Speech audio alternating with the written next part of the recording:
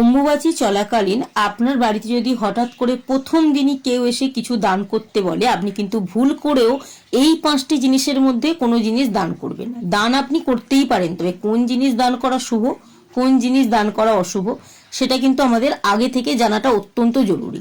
যেহেতু 22শে জুন সোমবার দিন অম্বুবাচী পড়ছে সন্ধ্যে 7:38 এবং এই অম্বুবাচী শেষ হচ্ছে 26শে জুন শুক্রবার দিন রাত্রি 10:57। সেহেতু কিন্তু আপনাদের আগে থেকে ভিডিওটা দেখে সচেতন হয়ে যাওয়া অত্যন্ত জরুরি। কোন 5টি জিনিস ভুল করেও অম্বুবাচী চলাকালীন প্রথম দিন দান করবেন না, কোন 5টি জিনিস বাড়িতে এই দিন কিনে আনা থেকে বিরত থাকবেন, কোন একটি জিনিস গোমাতাকে এই দিন খাইয়ে দিলে অত্যন্ত শুভ ফলাফল পাওয়া যায়। এই দিন যদি প্রথম দিন যদি আপনি এই দেবতার দর্শন করতে পারেন, কামাখ্যা মায়ের দর্শন করার মতো শুভ ফল কিন্তু আপনি লাভ করতে পারবেন। তবে এই দিন যে কোনো কাজই করেন না কেন, আপনি মনের ইচ্ছাটাকে মনে মনে প্রকাশ করে কাজটি করবেন না, সেটা কিন্তু অত্যন্ত অশুভ বলে মনে করা হয়। আপনার মনের ইচ্ছাটা কিন্তু খুব সহজেই পূরণ হবে যদি প্রকাশ না করেন।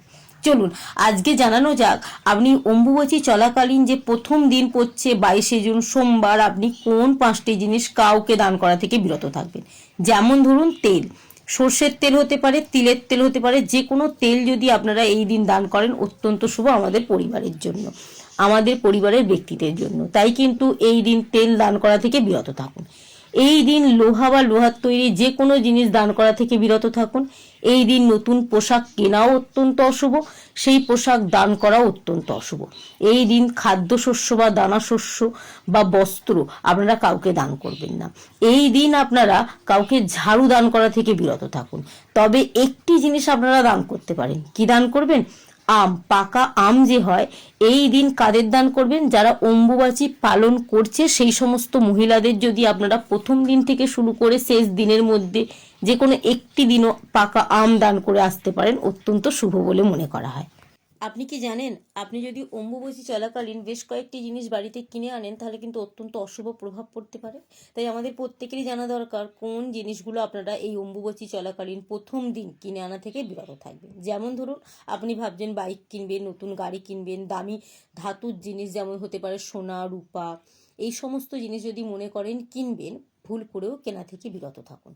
এগুলো কেনা কিন্তু অত্যন্ত অশুভ বলে মনে করা হয়। নতুন পোশাক আশাক কিন্তু অম্বুবাচী চলাকালীন কেনা থেকে বিরত থাকাটা অত্যন্ত শুভ বলে মনে করা হয়। এই দিন বাড়িতে চারা গাছ কিনে আনবেন না। চারা গাছ কেনার সাথে সাথে মাটির টব বা মাটির তৈরি যে কোনো পাত্র কেনা থেকে বিরত থাকুন, কারণ এই অম্বুবাচী চলাকালীন প্রথম দিন থেকে শুরু করে শেষ দিন পর্যন্ত মাটি খনন করা, চারা গাছ থেকে ফুল তোলা বা ফল তোলা বা চারা গাছ বসানো বা গাছকে স্পর্শ করাই অত্যন্ত অশুভ বলে মনে করা হয়। তাই এগুলো মেনে চলাটা কিন্তু আমাদের প্রত্যেকেরই অত্যন্ত গুরুত্বপূর্ণ। এগুলো কিন্তু আমাদের পরিবারের জন্য, আমাদের সংসারের জন্য অত্যন্ত শুভ। এই দিন কিন্তু লোহার তৈরি বা যে কোনো ধারালো বস্তু বাড়িতে কিনে আনবেন না। এই দিন আপনারা ভুল করেও রান্না করা খাদ্যশস্য কাউকে দান করবেন না, যা অত্যন্ত অশুভ বলে মনে করা হয়। এই দিন কিন্তু আপনারা কাউকে ফুল দান করবেন না এবং ফুল বাড়িতে কিনেও আনবেন না, ফুলের মালাও কিনে আনবেন না, ফুলও কাউকে দান করবেন না। এর সাথে আপনাদের বলে রাখি, এই শুভ দিনে অম্বুবাচী চলাকালীন যে প্রথম দিন, সেই দিন আপনারা কিন্তু গোমাতাকে একটি জিনিস খাইয়ে দিতে পারেন। গোমাতাকে এই কয়েকটি জিনিস খাওয়ানো মানে কিন্তু আমাদের জন্য, আমাদের পরিবারের জন্য মঙ্গল। তবে গোমাতাকে খাওয়াবার সময় মনের কোনো ইচ্ছা আপনি প্রকাশ করবেন না, শুধুমাত্র গোমাতাকে একবার দর্শন করবেন এবং পায়ে হাত দিয়ে প্রণাম করতে ভুলবেন না। আপনি কি খাওয়াবেন? অত্যন্ত শুভ ভেজানো ছোলার সাথে যদি গম বা ভুসি মিশিয়ে খাওয়াতে পারেন অত্যন্ত শুভ, অথবা ফলের মধ্যে যদি পাকা কলা বা পাকা আম খাওয়াতে পারেন। পাকা কলা না হলেও চলে, কিন্তু পাকা আম যদি আপনি খাওয়াতে পারেন অম্বুবাচী চলাকালীন প্রথম দিন, গোমাতাকে অত্যন্ত শুভ, গোমাতার আশীর্বাদ আপনি লাভ করতে পারবেন। এই দিন সবজির মধ্যে কুমড়ো বা লাউ কিন্তু আপনারা গোমাতাকে খাওয়াতে পারেন।